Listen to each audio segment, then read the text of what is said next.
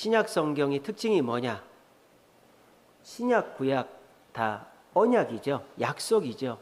근데 구약의 약속도 좋지만 신약의 약속은 새 언약이고 더 좋은 언약이죠. 왜냐? 우리에게 예수 그리스도를 보내주시어 그분을 믿으면 천국 간다라는 언약이 담겨 있으니까 구약도 좋은 언약의 성경이지만 신약 성경은 더 좋은 언약, 특별히 우리 이방 백성들에게는 더 좋은 약속의 언약이다. 그리고 신약은 기독교가 기독교 되게 한다. 왜? 기독이라는 말이 그리스도를 중국 사람들이 기독이라는 한자를 발음하면 그리스도가 된다 그랬죠. 그래서 그리스도교가 신약 성경에서부터 탄생했기 때문이죠. 또 신약 성경은 마태복음이 제일 먼저 쓰여진 게 아니죠. 데살로니가 전서가 제일 먼저 쓰여졌습니다. 우리가 마망능류 행론고 고가래필 골살살 딤딤딤몬 희약배 벤요요요 유계시 뭐 이렇게 가는 거는 시간 순이 아니라 논리 순서다라는 거예요. 나중에 말씀드립니다. 그리고 가장 나중에 기록된 거는 요한계시록. 그래서 데살로니가 전서가 AD 50년경, 요한계시록이 AD 90년경 뭐 이렇게, 그래서 50년에서 90년, 거의 한 50년 동안 기록된 게 신약 성경이에요. 구약 성경은 1500년 동안 기록이 됐죠.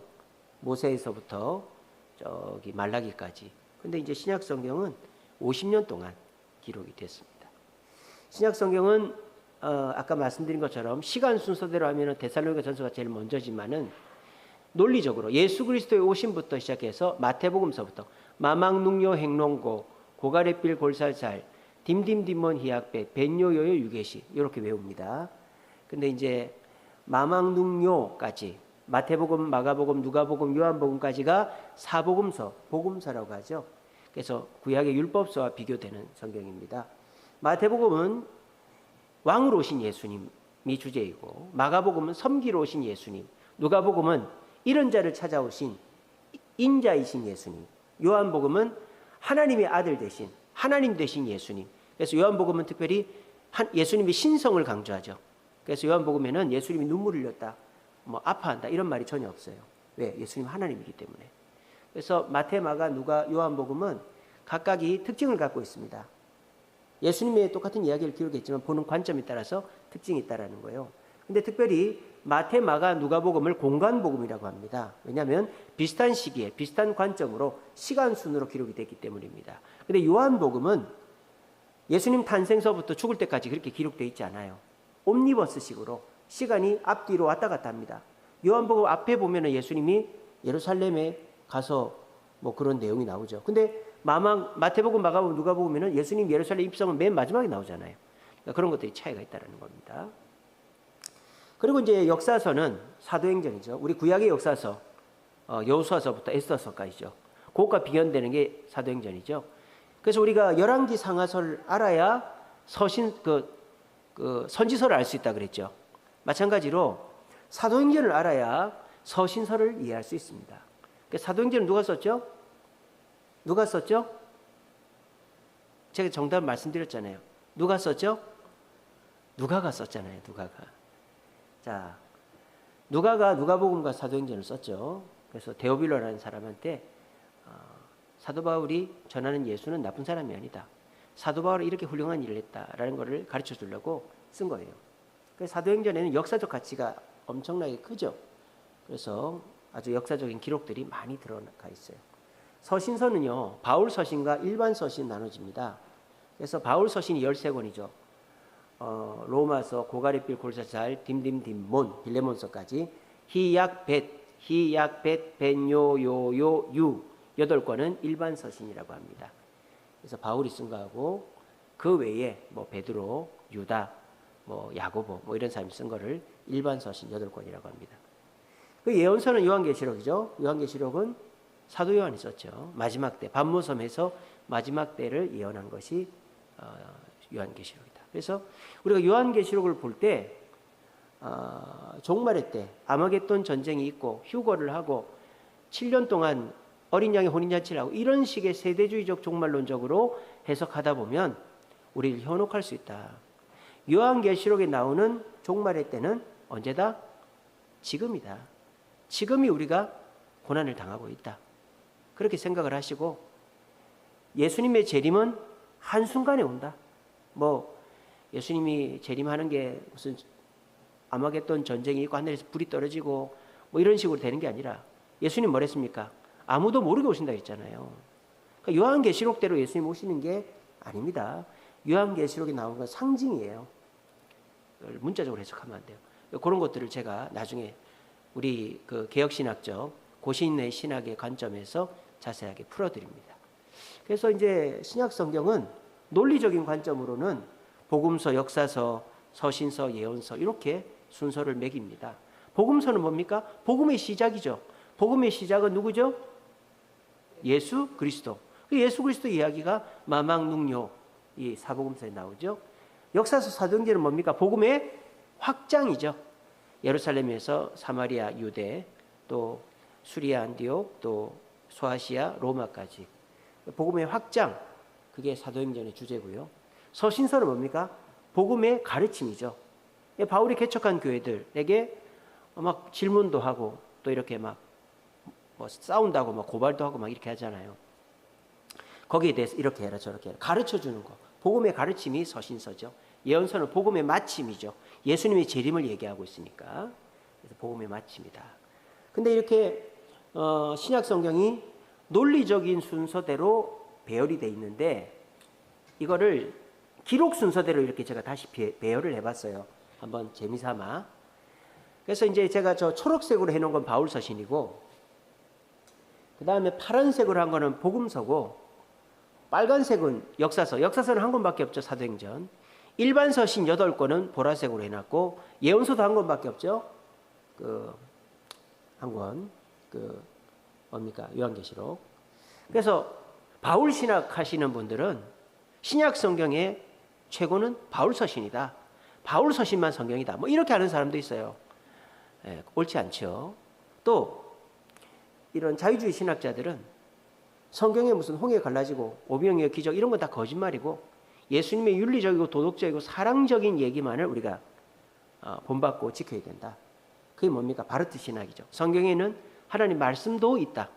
다 하나님 말씀이야. 1.1획 어긋남이 없는 하나님 말씀이 아니라 하나님 말씀도 있기 때문에 골라서 취사 선택하면 된다.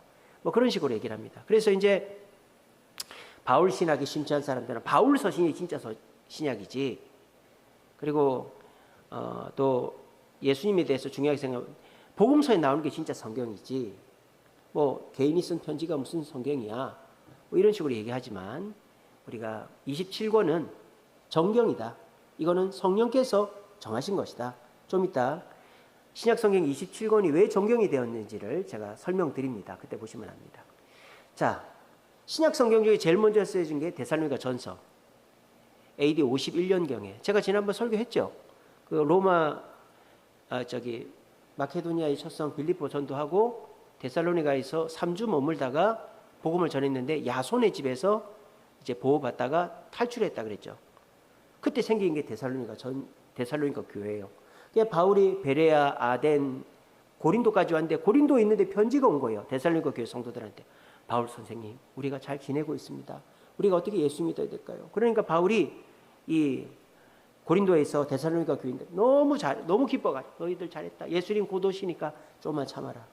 AD 51년경에 쓴 게 데살로니가 전서예요. 그 데살로니가 후서는 6개월 후에 데살로니가 전서를 보내고 6개월 후에 얘기를 들어요. 바울이 너희들 예수님 곧 오시니까 조금만 참아라 이랬더니 데살로니가 교인들 중에 막 다미성교회 이런 거 있지 않습니까? 재림을 기다리는 그래서 막 공동체 생활하고 막 이러는 거 있잖아요. 막 그런 생활을 하는 사람이 생겨난 거예요. 그래가지고 바울이 깜짝 놀래가지고 아니다. 그 말이 아니고 예수님 재림이 임박했긴 했지만 현실을 도피하지 마라. 그렇게 쓴 것이 데살로니가 후서예요. 아시겠죠? 그리고 갈라디아라는 곳은 에베소에 소아시아에 있습니다. 터키 땅에 있어요. 그리스 땅이 아닙니다. 1차 전도 여행 때 개척한 곳이 갈라디아 교회예요. 근데 이제 바울이 똑같이 데살로니가 전후서를 쓰고 고린도에 1년 6개월 있거든요. 바울이 2차 전도 여행 때. 근데 갈라디아의 소식을 듣습니다. 갈라디아 교인들이 거짓 교사들한테 속아가지고 막 믿음이 흔들린다는 소식을 들은 거예요. 막 야단을 치죠. 누가 너희를 꾀더냐? 그러면서 갈라디아 교인들 막 야단을 치면서 거짓 교사들을 따르지 말고 믿음으로 구원 얻는다라는 것을 얘기하는 게 갈라디아서예요. 아시겠죠? 그래서 데살로니가 전서, 데살로니가 후서, 갈라디아서가 신약 성경에서 제일 먼저 기록이 된 거예요. 2차 전도 여행 때. 아시겠죠? 그리고 바울이 2차 전도 여행을 끝내고 AD 55년경에 3차 전도 여행을 떠납니다. 3차 전도 여행을. 근데 3차 전도 여행을 떠나가지고 바울이 에베소에 갑니다. 에베소는 터키 쪽에 있는 거예요. 그리스 땅이 아니고. 이 에베소에서 디모데가 목회를 했죠. 그래서 그 요한계시록에 보면은 처음 사랑을 버린 교회가 에베소 교회 아닙니까? 에베소 교회가 소아시아의 중심 교회인데 너무 율법적이고 너무 이렇게 격식을 강조하다 보니까 처음 사랑을 잃어버린 교회가 에베소 교회, 책망을 들었잖아요. 그래서 이 에베소 교회에다가 에베소에서 편지를 어디다 쓰느냐? 고린도에다 쓰는 거예요. 2차 전도 여행 때 개척한 고린도에다가 편지를 쓴 거예요. 왜? 고린도에서 편지가 옵니다. 바울 선생님, 우리 교회가 세상에 4개로 찢어졌습니다. 바울파, 게바파, 아볼로파. 이 세 파에 안 들어가는 사람은 그리스도파랍니다. 그래서 서로 찢고 뽑고 싸우고 시기 질투하는데 어떻게 하면 좋죠? 10가지 질문을 보내요. 뭐 세례, 뭐 성찬, 뭐 여자가 머리에 수건 쓰는 거, 뭐 여러 가지 음행의 죄들 10가지. 그래서 바울이 다 답을 해주죠. 그거를 이제 에베소에서 3차 전도 여행 하다가 에베소에서 써서 디도한테 써서 보냈단 말이에요. 고린도로. 근데 이 디도가 에베소로 빨리 안 오는 거예요. 빨리 올 줄 알았는데. 그러니까 이 바울이 급해가지고 이 에베소를 떠나가지고 그리스 땅으로 넘어가요. 그래서 그리스 땅으로 넘어가면 제일 먼저가 마케도니아 지역이거든요. 거기 빌립보가 있지 않습니까? 거기 딱 갔는데 거기서 디도를 만난 거예요. 디도, 너 왜 이렇게 늦게 와? 아이고, 바울 선생님, 그 고린도 교회가 너무 시끄럽고 복잡하고 그래서 제가 다 치리하고 왔습니다. 치리할 놈 치리하고 쫓아낼 놈 쫓아내고 그렇게 해서 교회를 안정시키고 오느라고 늦었습니다. 근데 바울은요, 이미 이 고린도, 이 에베소를 떠나서 마케도니아, 유럽의 마케도니아까지 올 때까지 막 고린도 교회에 대한 책망의 마음이 엄청 컸던 거예요. 고린도 후서는요, 2개로 나눠져요. 그래서 책망의 내용과 위로의 내용 2개로 나눠져요. 그래서 책망의 내용을 다 써놨다가 나중에 바울이 그 디도를 만난 다음에 내가 오해했구나. 그래가지고 바울이 책망의 내용을 이제 뒤쪽에다 놓고 위로의 내용을 앞쪽에다 놓습니다. 그게 고린도 후서예요.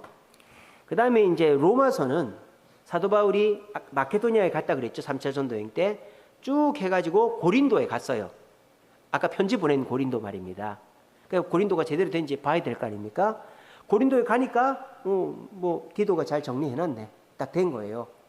근데 고린도에 있는데 편지가 또 옵니다. 로마에서 편지가 오는 거예요. 로마의 교회에서 바울 선생님, 우리가 잘 있습니다. 우리가 어떻게 신앙생활 해야 될까요?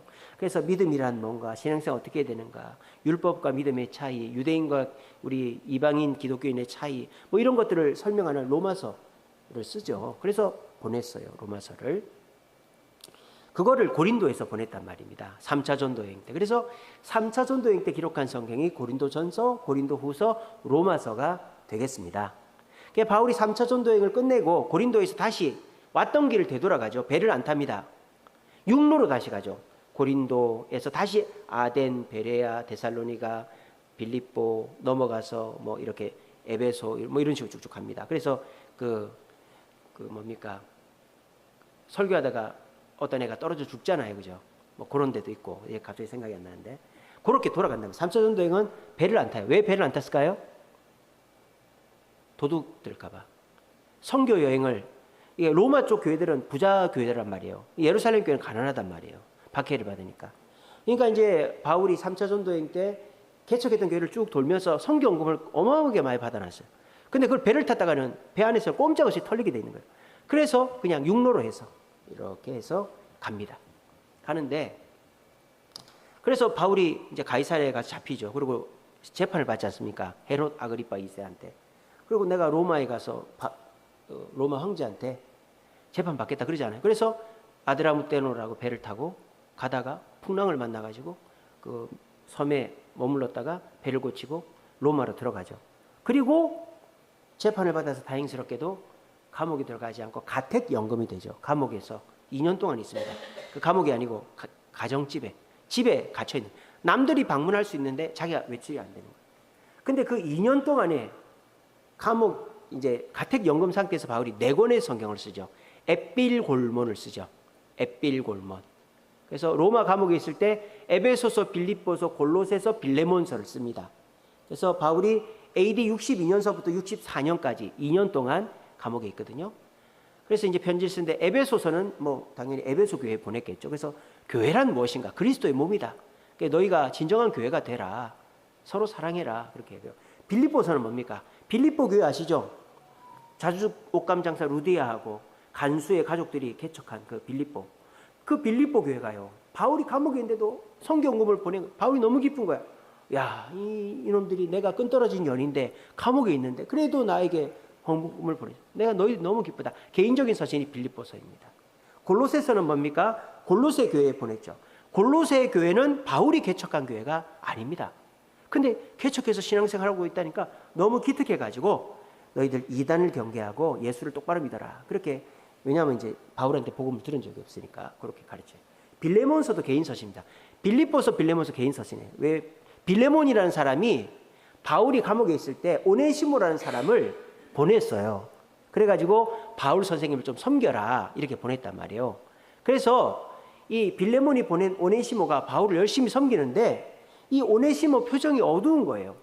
오네시모야, 너 왜 그러냐? 아니에요. 나한테 얘기해봐. 내가 도와줄 수 있는 거면 도와줄게. 사실은요, 제가 빌레몬 선생님 종이에요. 아, 뭐야? 네가 같은 형제 아니야? 예, 저는 빌레몬 선생님 종인데 제가 사실은 뭐 돈을 들고 돕겠다는 사람도 있고 그냥 이제 종으로 일하러 왔다는 사람도 있고 막 그래요. 그래서 바울이 그 얘기를 딱 듣고는, 아하, 내가 이 오네시모한테 도움을 받았으니까 나도 오네시모를 도와줘야 되겠다. 뭐로? 오네시모를 자유인으로 만들어줘야 되겠다. 그래서 편지를 쓴 게 빌레몬서예요. 그래서 빌레몬에게, 빌레몬 너무 고맙다. 근데 이 오네시모 너희 형제처럼 받아주면 안 될까? 돈이 들면 내가 줄게. 내가 돈을 줄 테니까 제발 형제로 대해줘. 알겠지? 그게 빌레몬서입니다. 그래서 에필골몬, 이 4권이 감옥에 있었어요. 그리고 바울이 감옥에 갇혀 있는 사이에 자유로워진 사람이 있습니다. 바로 누가입니다. 누가는 헬라인이죠. 그리스 사람이에요. 어느 날부터 바울과 동행하게 됐어요. 누가는 의사죠. 그래서 바울의 주치의로 바울의 건강을 돌봐주면서 같이 다녔던 사람이 누가인데요. 바울이 로마 감옥에 갇혀 있는 동안 바울이 석방되도록 바울의 구명운동을 했던 사람이 누가예요. 그러면 이제 바울이 왜 감옥에 있으면 안 되는지를 설득을 시켜야 될 거 아닙니까? 근데 뭐 유대인들이나 로마 사람들은 막 바울이 뿔 달린 괴물이고 이단이고 막 나라 황제를 뭐 이렇게 끌어내리고 뭐 그렇게 막 생각을 하니까 이 누가가 직접 예루살렘도 가보고 뭐 이렇게 사마리아도 가보고 갈릴리도 가보고 쭉 돌아보면서 예수님에 대한 이야기를 다시 모아가지고 쓴 게 누가복음이에요. 아시겠죠? 그러니까 마태복음이 제일 먼저 쓰여진 게 아니고 누가복음이 제일 먼저 쓰여졌다고요. 아시겠죠? 그래서 누가복음에는 의학적인 기록들이나 이런 게 굉장히 많아요. 또 이제 이방인의 관점을 썼고요.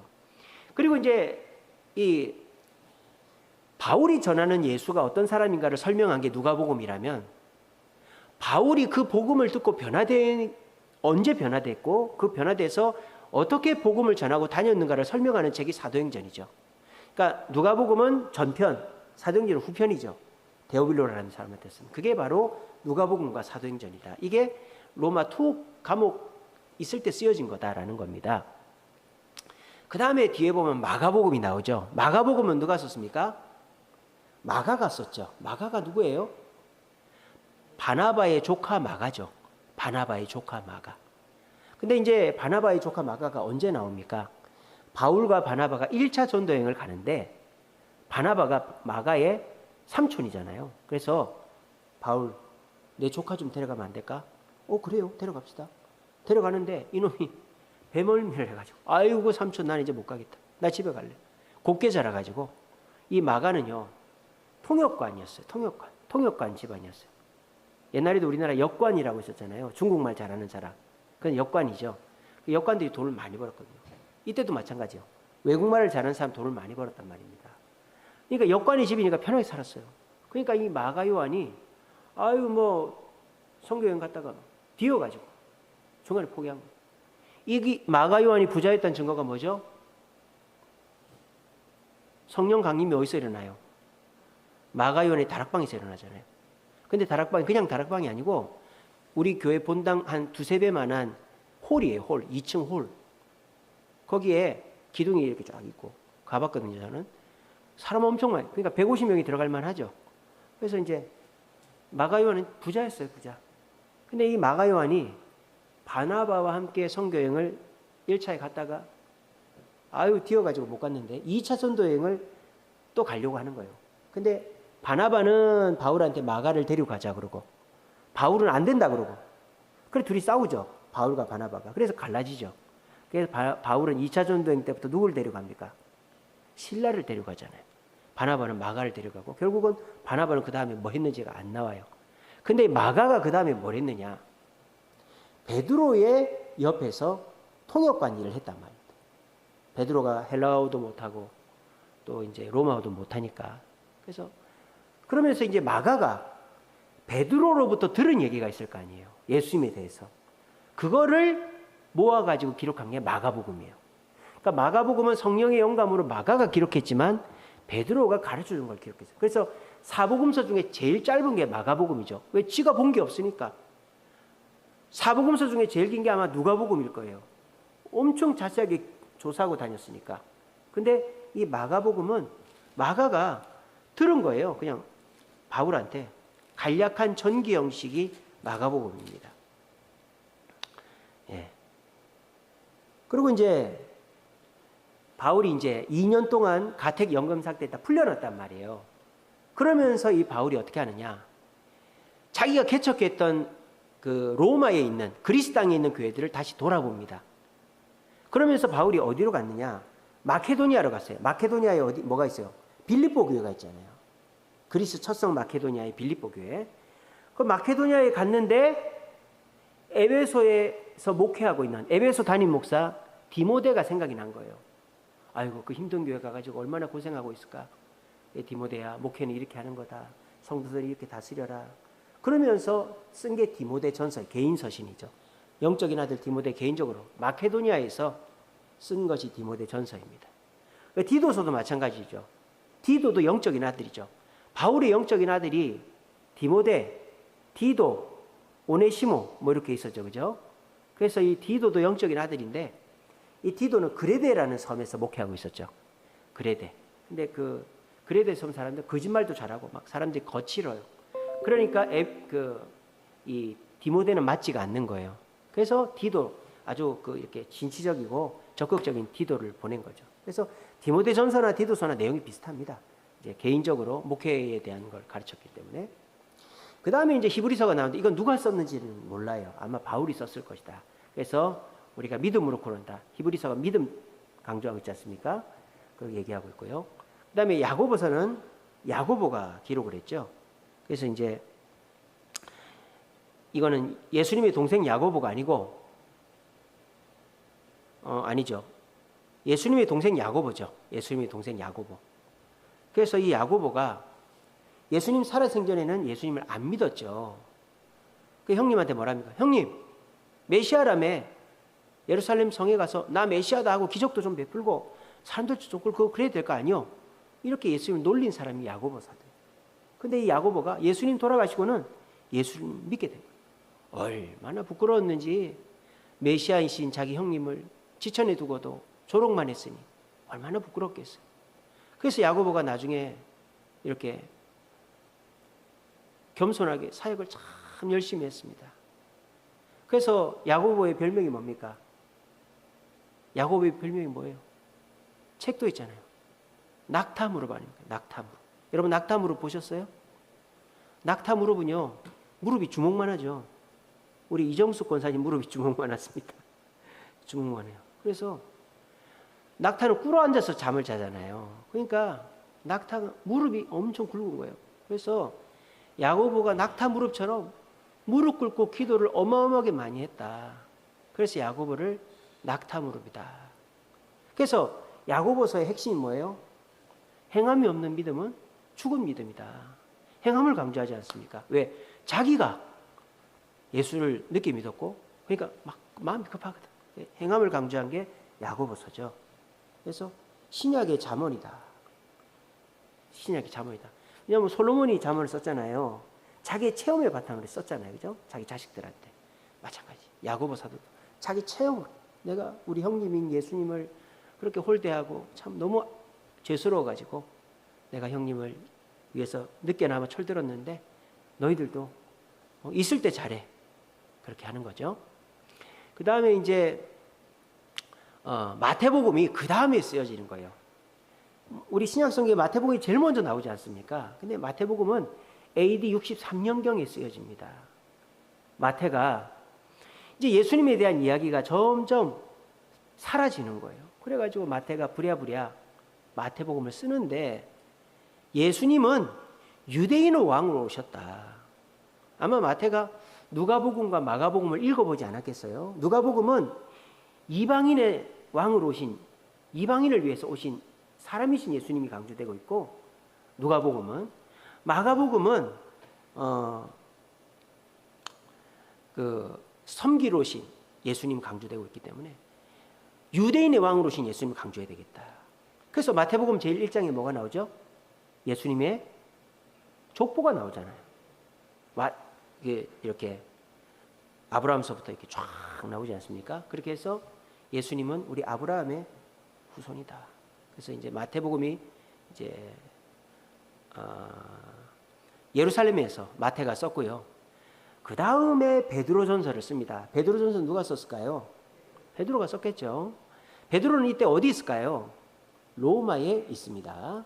아까 제가 바울이 로마 감옥에 있을 때 마가가 베드로의 얘기를 듣고 마가복음을 썼다 그랬죠. 로마 감옥에 있을 때 베드로도 감옥은 아니지만 로마에 있었어요. 마가도 베드로 통역하니까 로마에 있었고, 베드로는 이제 이렇게 사역을 하고는 로마에서 여생을 보냅니다. 그래서 베드로가 로마에서 사역을 하다가 네로 황제의 박해가 있었잖아요.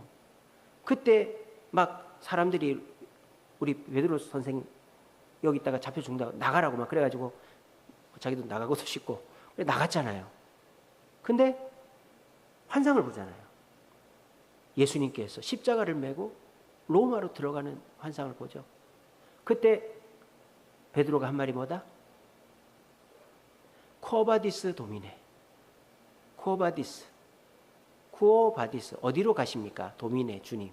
주님, 주여 어디로 갑니까? 했더니 나는 네가 도망 나오는 로마에 다시 매달리러 간다. 그걸 딱 보고는 베드로가 정신을 차리고 로마로 들어가서 거꾸로 십자가에 매달려 죽었다. 우리가 전설에 따르면 그렇게 나오지 않습니까? 그래서 베드로가 말년에는 로마에서 있었어요.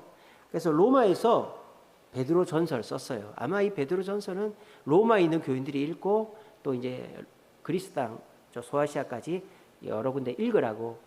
그래서 베드로 전서의 핵심이 뭡니까? 소망이죠. 소망. 너희들이 소망을 가져야 된다. 왜 베드로 전서의 핵심이 소망일까요? 이 베드로 전서를 쓸 때가 네로의 박해가 시작될 때였기 때문입니다. 그리고 로마의 박해가 이때서부터 한 200년 넘게 박해가 시작되거든요. 그 AD 313년 그 기독교가 콘스탄티누스에서 공인되기 전까지. 그래서 베드로 전서는 너희들이 이제 박해를 받는데 하늘 소망을 가져야 견딜 수가 있다. 그런 관점에서 쓴 게 베드로 전서예요. 베드로 전서를 어디에 쓰는지 아세요? 소아시아에 흩어져 있는 나그네들에게 썼다고 돼 있어요. 베드로 전서를 보시면 제가 한번 설교할 건데, 자, 이게 무슨 의미입니까? 제가 오늘 새벽인가요? 그 베드로와 바울의 사역의 차이점을 제가 얘기했죠. 그 부르신 곳에서, 오늘 새벽에 했나? 오늘 새벽에 했어요? 부르신 곳에서. 근데 이제 거기 보면 하나님께서 베드로는 할례자의 사도로 부르셨고 또 바울은 이방인의 사도로 부르셨다. 그래서 바울이 그 소아시아 북쪽 지역에 전도하고 싶었는데 하나님께서 막으셨죠. 무시아 비두니아 지역을 전도하고 싶었는데, 그래서 환상을 보고는 그리스 땅으로 가지 않습니까? 빌립보로. 근데 베드로는 아까 말씀드렸죠. 할례자의 사도로 부름받았다고. 그러니까 이제 이게 어떻게 되냐면, 이게 좀 오늘 요가가 이제 끝납니다. 그래서 제가 설명을 좀 드릴게요. 스데반이 죽었을 때 예루살렘 교회 성도에 흩어지죠. 오늘 새벽기도 때 했죠, 그죠? 고난의 축복. 어제가 부르신 곳에서구나. 오늘이 고난의 축복이고. 그래서 스데반의 순교 때 예루살렘 교회 2만 명이나 성도에 흩어졌단 말이에요. 근데 그래서 안디옥에도 가고 여기 여러 군데 루시디아 다 갔는데 그 위쪽까지 간 거예요. 소아시아 북쪽까지 간 거예요. 그리고 10년이 지난 거예요. 스데반의 순교 이후에 10년이 지난 거예요. 그러면은 그 흩어진 성도들은 거기에 정착을 했겠어요, 안 했겠어요? 정착을 잘 했죠. 거기서 이제 나름대로 집도 없고 직장도 없고 잘 살고 있는 거예요. 그러니까 이 바울이요, 소아시아 지역, 터키 지역을 전도하다 보니까 재미가 있는 거예요. 왜? 가는 데마다 유대인 기독교인들이 있거든요. 그래서 자기를 막 맞이해 주거든요. 바울 선생님, 제가 옛날에 예루살렘에서 예수 믿었다고 막 그러는 거예요. 그러니까 바울이 이거 봐라, 이게 무슨 뭡니까? 우리 게임할 때 보면은 막 미션 석세스 하듯이 막 가는 데마다 이렇게 뭔가 있는 거예요. 그래서 바울이 소아시아 루스드라, 더베, 비두니아 이런 디모데 만났던 그 지역까지 딱 돌고 다시 내가 북쪽으로 가야 되겠다. 왜? 북쪽에도 예루살렘 교회에서 흩어진 성도들이 있으니까. 근데 하나님이 노한 거예요. 가지마. 너는 그리스 땅으로 가야 돼. 왜? 바울은 무슨 사도? 이방인의 사도이기 때문에. 그러면 그 비두니아나 무시아 쪽 북쪽은 누가 갔을까요? 할례자의 사도인 베드로가 갔다고요. 정신을 차리세요. 지금 몇 번을 얘기를 해도. 베드로는 할례자의 사도고 바울은 이방인의 사도라고요. 그래서 베드로가 그 소아시아 북쪽에 다니면서 교회를 개척하기도 하고 교회들에게 복음도 전하고 이렇게 했단 말이에요. 그리고 베드로가 어디로 갔다? 로마로 갔다. 로마에 있는데 그 소아시아 북쪽 쪽에 있는 흩어진 나그네 디아스포라, 그 예루살렘 교회 성도였던 사람들이 생각이 나는 거예요, 베드로가. 그래서 그 흩어진 성도들한테 편지를 보내는 거예요. 왜? 베드로가 이제 소문을 들었지 않습니까? 이 네로라는 사람이 보통 사람이 아니다. 바울이 지금 네로 밑에 로마에 있잖아요. 이런 반미치광이다. 우리 기독교인들한테 누명 씌우고 할 거다. 그러니까 이 바울이 그 낌새를 채고 이제 대대적인 기독교 박해가 시작되기 전에 자기가 사역했던 아시아 북쪽에 있는 그 기독교인들, 그 예루살렘에서 신앙생활하던 초대교회 성도들한테 보낸 게 베드로 전서다라는 거예요. 아시겠죠? 자, 그리고 베드로 후서가 어디 갔나? 그 다음에 2차 투옥. 예. 그리고 이제 바울이 AD 67년경에 풀려났다가 한 3년 후에 다시 잡혀요. 바울이. 잡혀서 마메딘 감옥이라고, 마메딘 감옥에 이제 진짜 감옥에 갇히는 거예요. 그리고 바울이 어떻게 돼요? 목배임을 당해 죽습니다. 첫 번째 투옥은 가정집에 그냥 이렇게 가택연금이 됐고, 이게 누가가 힘을 써가지고 막 이렇게 풀려난 다음에 3년 후에 또 잡혀가지고 이제 가택연금 상태가 된 거예요. 이제 막 네로의 박해가 시작되고 로마에 있는 성도들이 막 박해를 받고 막 이런 상황이에요, 지금. 그래서 이제 바울이 2차 투옥 때 내가 이제 마지막이구나. 내가 이제 살 날이 얼마 남았구나를 직감하고 편지를 쓰죠. 그게 무슨 편지예요? 디모데 후서다. 자기 영적인 아들 디모데. 디모데한테, 디모데야, 내가 이제 얼마 안 남은 것 같다. 너 목회 잘해야 된다. 천국에서 보자. 그렇게 쓴 게 디모데 후서예요. 그리고 이제 이 박해가 막 시작되고 있을 때 베드로도 도망을 칠까 말까 막 생각하고 있었겠죠. 그때 한 번 더 그 북쪽에 흩어져 있는 성도들 포함해서 다른 성도들한테 쓴 게 베드로 후서입니다. 로마에서 썼어요, 베드로 후서도. 그래서 영지주의자, 쾌락주의자 이런 거를 조심해라. 왜냐면 막 이렇게 박해가 시작되니까 그 박해를 영지주의가 뭡니까? 영은 깨끗하고 몸은 더럽다. 이게 영지주의예요. 그게 오늘날 구원파거든요. 구원파. 영은 깨끗하고 몸은 더럽다. 그래가지고 우리가 몸은 죄를 지어도 되고 영만 깨끗하면 된다. 뭐 그렇게 가르치는 게 영지주의예요. 그래서 영지주의를 주의해라. 쾌락주의. 뭐 별거 있어. 뭐 즐기면 그만이지. 그리고 영지주의, 쾌락주의를 주의하고 예수님 곧 오신다. 그러니까 예수님 재림을 확신하고 기다려라. 고난 앞에 이렇게 좌고우면하지 말고 인내해라. 그게 베드로후서예요. 유다서는 이제 유다가 누구냐? 야고보의 동생 유다로 돼 있죠.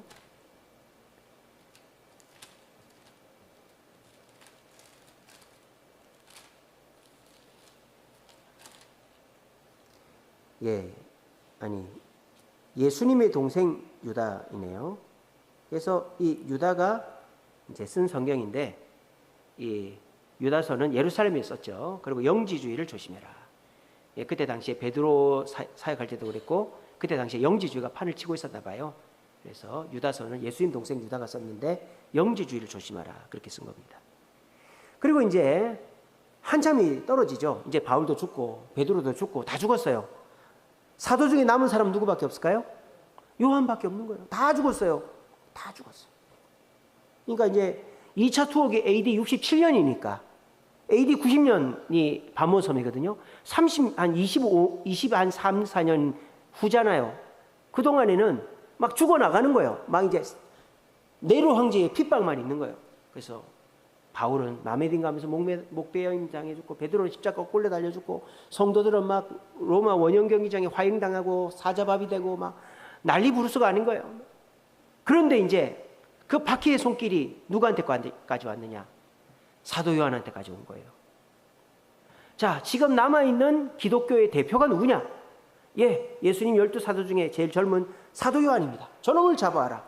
딱 잡아왔는데 이 80이 넘은 노인된 거예요. 뭐 어떻게 하기도 힘든 거예요. 이놈 죽여봐야 뭐하냐. 저 반모섬에 유배 보내라. 그러니까 반모섬 유배를 간 거예요. 근데 이 사도 요한이 먹을 게 없으니까 대추야자라고. 근데 그것도 달고 맛있습니다. 커요. 조그마한 사과 비슷해요. 그거 먹으면서 견뎠어요. 근데 이제 이 사도 요한이 가만히 이제 마태마가 누가복음도 읽어보고 이제 초대교회 성경들도 다 보니까 예수님을 너무 인간적으로 기록해놨단 말이야. 예수님을 유대인의 왕으로 오신 예수님, 또 섬기러 오신 예수님, 사람의 아들로 오신 예수님, 막 이래가지고 예수님의 신성, 또 자기가 봤던 예수님, 요한은 예수님 제일 가까이 있었던 제자죠. 그러니까 자기가 봤던 예수님에 대한 기록들이 너무 안 나와 있으니까 이 요한이 이제 반모섬 유배하면서, 유배 가기 전인가요? 요한복음은? 그런가 보네요. 그래. 요한복음은 에베소에서 썼네요. 에베소에서 썼네요. 반모섬 유배 가기 전입니다. 요한복음은. 그래서 공간복음, 마태, 마가, 누가복음에 나오는 이 복음서에 없는 내용들을 이제 자기가 생각을 해가지고 쓴 게, 성령 인도를 따라 쓴 게 요한복음이에요. 그래서 아까 말씀드렸죠. 요한복음은 시간 순서가 아니라 옴니버스, 기억나는 대로 썼기 때문에. 맨 끝에 뭐로 끝나요? 예수님 부활 승천이 아니라 요한의 아들 시몬아, 네가 나를 사랑하느냐. 그래 끝내잖아요. 그죠? 처음도 뭐 예수님을 태초에 말씀이 계시니라, 말씀이 사랑과 함께 계시니, 그렇게 시작하잖아요. 그죠? 그래서 요한복음은 요한이 에베소에서 80년경에 썼다. 그리고 요한 1, 2, 3서는 다 에베소에서 썼어요. 요한 1서는 서로가 사랑해라, 형제간에 사귐이 있어야 된다. 요한 2서는 이단을 경계해라. 요한 3서는 개인 서신이에요. 가이오라는 장로한테 자기를 잘 대접해준 가이오, 그러니까 좋은 소문이 오는 가이오를 칭찬하고 데메드리온과 디오드레벤과 나쁜 장로를 책망하는, 그게 요한 3서예요. 그리고 이제 아까 말씀드린 대로 이제 기독교의 대장이 누구냐? 요한이다. 그럼 잡아라, 죽여라. 근데 빼빼 마른 노인네요. 반모섬 유배를 간 거예요. 거기서 이제 대추야자 먹으면서 있는데 하늘의 환상을 보는 거죠. 자, 요한계시록은 설명을 듣고 적은 게 아니에요. 다른 성경들은 이렇게 성령이 그 사람의 인격이나 그 사람의 지식을 바탕으로 해서 기록한 거거든요. 그러니까 어느 정도 스토리가 있단 말이에요. 스토리가 있어요. 그렇지 않습니까? 예수님의 일대기를 본 거, 또 자기가 배운 거 이런 걸 쓴 거 아닙니까? 근데 요한계시록은 왜 우리가 이해가 잘 안 되냐? 본 거거든요. 그냥 하늘에서 뭐 이렇게 본 거. 요한계시록은 환상을 본 걸 썼기 때문에 본 그대로 썼기 때문에 앞뒤 맥락이 없어요. 그러니까 이해하기가 어렵단 말입니다. 그러니까 요한계시록을 문자적이고 이거를 무슨 이렇게 막 연결을 시키고 짜집기 하려고 그러면은 반드시 문제가 생긴다는 거예요. 요한계시록은 상징적으로 봐야 되고 그냥 환상을 본 것이기 때문에 그냥 그 본 것을 그대로 우리가 이해하면 된다. 그렇게 보시면 됩니다. 그래서 이 신약 성경은 AD 50년에서 AD 90년까지 한 50년 여간에 쓰여진 거예요. 50년 동안. 구약 성경은 1500년 동안 모세서부터 말라기까지 1500년 동안 길게 쓰여진 거지만 신약 성경은 50년 동안 쓰여진 겁니다. 그리고 이제 제일 먼저 쓰여진 거는 데살로니가 전서다 하는 거 기억하시면 됩니다. 그 다음에 이제 신약 성경이 27권이잖아요. 그죠? 구약 성경은 39권이죠. 그거는 옛날서부터 확정이 딱 돼 있었어요. 근데 신약 성경은 이제 뭐 사람들이 쓰고 또 이제 뭐 베드로 행전, 도마 행전 이런 것도 있잖아요. 그러니까 이런 걸 어떻게 해야 되나. 그래서 신약 성경을 딱 27권으로 정하는 것이 신약 성경은 27권밖에 없냐? 막 그걸 시비 거는 사람들이 있어요. 그래서 여러분들이 이걸 좀 알아둬야 된다는 겁니다. 구약 성경은 필사된 게 사회사본이 딱 39권 발견이 됐거든요. 그러니까 빼도 박도 못하게 39권이에요. 물론 이제 토빗경 뭐 이런 거 있습니다. 나중에 이제 제가 천주교에서 외경인데 보는 거 있어요. 그런 것도 있지만. 근데 구약 성경은 39권이 이렇게 필사가 되어 있기 때문에 그것이 정경입니다. 근데 신약 성경은 50년 동안 기록이 됐고 막 여러 사람이 보낸 편지들이 난립되어 있기 때문에 어떤 거를 진짜 정경으로 받아들여야 될까 헷갈렸단 말이에요. 그래서 이거를 이제 어떻게 하냐, 성령께서 인도하셔서 교회의 공식 회의에서 결정을 합니다. 그래서 원래는요 성경을 쓸 필요가 없었어요. 사도들은 성경 안 쓰려고 그랬습니다. 구전, 말로 전달하려고 그랬습니다. 근데 사도들이 점점 죽어나가는 거예요. 순교하고 막 죽어나가는 거예요. 그러니까 예수님의 말씀을 구전할 사람이 없어지는 거예요. 그러니까 예수님이 곧 오실 줄 알았는데 오시는 시간이 점점 늦어지고 말씀을, 예수님의 사역이나 또 복음을 구전할 사람이 점점 줄어드는 거예요. 그런데다가 이단들이 자꾸 출몰해요. 아까 영지주의, 쾌락주의 뭐 이런 이단들이 출몰하고 그러다 보니까 이제 교회가 탄생하고 예수님의 사역에 대해서 목격을 한 사람들이 그걸 글로 남겨놔야 후세대들이 그거를 좀 공부하고 기억할 수 있겠다라는 필요성을 성령께서 주신 거예요. 그래서 성령께서 사도들과 이 기록자들에게 감동을 줘가지고 사도들이 그거를 성령의 영감으로 기록을 한 거예요. 그거를 이제 여러 사람들이 필사를 해서 보배처럼 이렇게 서로 돌려보게 된 것이죠. 이제 그런데 이제 그런 초대교회 때 돌려보던 그 사도들의 글이 많았단 말입니다. 근데 그 글 중에서 왜 27권만 성경으로 확정을 했느냐? 4가지 원칙을 정했어요. 첫째는 사도성. 사도가 써야 된다. 사도가. 사도 아닌 사람이 쓰는 거는 일단 정경 아니야. 이렇게 된 거예요. 두 번째는 내용성. 어떤 내용이냐? 사도들이 27권과 비교해 봤을 때 다른 사도들과 이야기가 비슷해야만 그걸 받아들인다. 내용이 비슷해야 된다. 좋아할 일은. 보편성. 그리고 교회가 지금 많이 보고 있는 신약 성경. 그리고 영감성. 성령의 영감으로 기록했고 그걸 읽을 때 성령의 영감이 느껴지는 성경을 우리가 정경으로 한다. 그래서 이거를 정경으로 채택하기 위해서 이 여러 사람들이 이제 자기 의견을 냅니다. 첫째는 이제 로마의 클레멘트라는 사람이 있었어요. 이 교부, 베드로의 후계자죠. 근데 이제 클레멘트가 이제 삼위일체를 최초로 주장한 사람이 클레멘트거든요. 그래서 이 사람이 이제 성경 27권의 아웃라인에 대해서 얘기했고, 카르타고라고 북아프리카에 있어요. 북아프리카, 아프리카예요. 거기에 터툴리안, 그럼 이 사람 흑인이겠죠. 이 터툴리안은요, 이제 이 사람도 마찬가지로 그 삼위일체는 터툴리안이 얘기했습니다. 제가 잘못 얘기했습니다. 터툴리안이 삼위일체 교리를 처음 얘기했어요. 그리고 알렉산드리아의 오리겐이라는 사람, 이 세 사람이 이제 신약 성경을 27권으로 하자 이런 의견을 모았어요. 이 세 사람이 클레멘트, 터툴리안, 오리겐. 그래가지고 이거를 공식적으로 막 이렇게 각 지역의 대표 목사님들을 모아가지고 회의를 했습니다. 첫 번째 회의가 라오디게아 교회. 여러분 라오디게아 아시죠? 차든지 덥든지 알아. 그 라오디게아. 라오디게아 교회에서 367명객이 모여가지고 대충 정한 거예요. 목록을 27권으로 하자. 그리고 그거를 공식적으로 딱 확정한 게 히포라는 지역에서 AD 393년에 확정을 했고요. 그거를 재확인한 게 카르타고, 아까 말씀드렸죠. 카르타고에 터툴리안이 있었다고. 카르타고에서 397년에 27권만 성경으로 본다. 신약 성경으로 본다. 이게 확정이 됐어요. 아시겠죠? 그래서 뭐 도마 행전이나 베드로 행전이나 뭐 이런 것도 있고 막 그런 걸 가지고 막 나가마대 문서나 뭐 이런 거 가지고 막 성경에 없는 내용을 가지고 막 여러 가지 얘기들을 갖다 붙이는데 그런 거는 이제 우리가 27경원 외에 다른 얘기들을 받아들이면 안 된다라는 거예요. 자, 이게 이제 그 천주교회의 성경이에요. 방송실 그냥 해도 되겠구나. 자, 보시면은 39권이 달라요, 우리랑. 천주교회는 구약 성경에다가 외경을 집어넣었습니다. 외경. 자, 보시면은 토빗경, 유딧경, 마카베오상, 마카베오가 누굽니까? 제가 신구약 중간기 때 했죠. 마카비 혁명.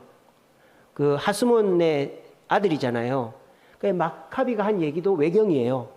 그 천주교에서 성경으로 봅니다. 마카베오상, 마카베오하. 또 위에 보시면 지혜서, 집회서, 바룩서 이런 거예요. 그리고 외경 포함이라는 거는 에스테일이라는 건 에스더서고요. 다니엘서. 저기에는 우리 그 구약 성경에는 안 나오는 거를 저기다 집어넣는 거예요. 그래서 하나, 둘, 셋, 넷, 다섯, 여섯, 일곱. 저 7권이 우리 성경하고는 달라요. 목록에서. 그래서 천주교회는 우리는 정경으로 인정하지 않는 외경 7권을 정경으로 포함시키고 있다는 것을 참고로 알아두시기 바랍니다. 신약 성경은 어떨까요? 신약 성경은 천주교회 신약 성경은 몇 권일까요? 똑같습니다. 우리랑 천주교회도 신약 성경 27권입니다. 마망능료 행론고 고가래필 골살살 딤딤딤몬 희약배 베뇨요 유계시 똑같아요. 그죠? 이름만 다를 뿐이에요. 우리는 마태복음인데 마테오복음서, 마르코복음서, 루가복음서, 요한복음서 사정지를 우리가 똑같죠. 로마인에게 보내면 이제 고린토에게, 그 다음에 갈라디아인에게, 에베소에게, 빌립보서를 필리핀에게, 골로시아인에게 뭐 그런 식으로 편지라고 다 해놨죠. 그죠? 그런 것만 다르지 사실은 우리랑 권수는 똑같습니다. 아시겠죠? 그렇게 해서 가톨릭 성경이 구약에서 외경을 채택하고 있다는 거, 그 정도 알고 계시면 됩니다. 그래서 오늘은 신약 성경이 순서가 논리적인 것이고 시간 순서대로는 어떻게 되는 것인지, 그리고 이제 시간 순서대로 데살로니가에서 요한계시록까지 어떤 배경에서 착착착착 기록이 되는지 제가 다 설명을 해드렸어요.